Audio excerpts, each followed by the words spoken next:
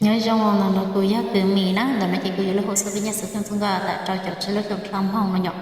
cô cho nhỏ có biết hồ sơ lớn nó chỉ cứ hồ chỉ tàu bla là ya chỉ tàu rong cái này lại cho cứ là ít sữa hồ là ya lại lúc xong cái rong nhỏ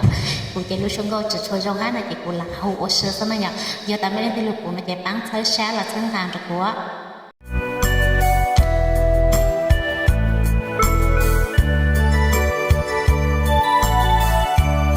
trao châu chỉ sống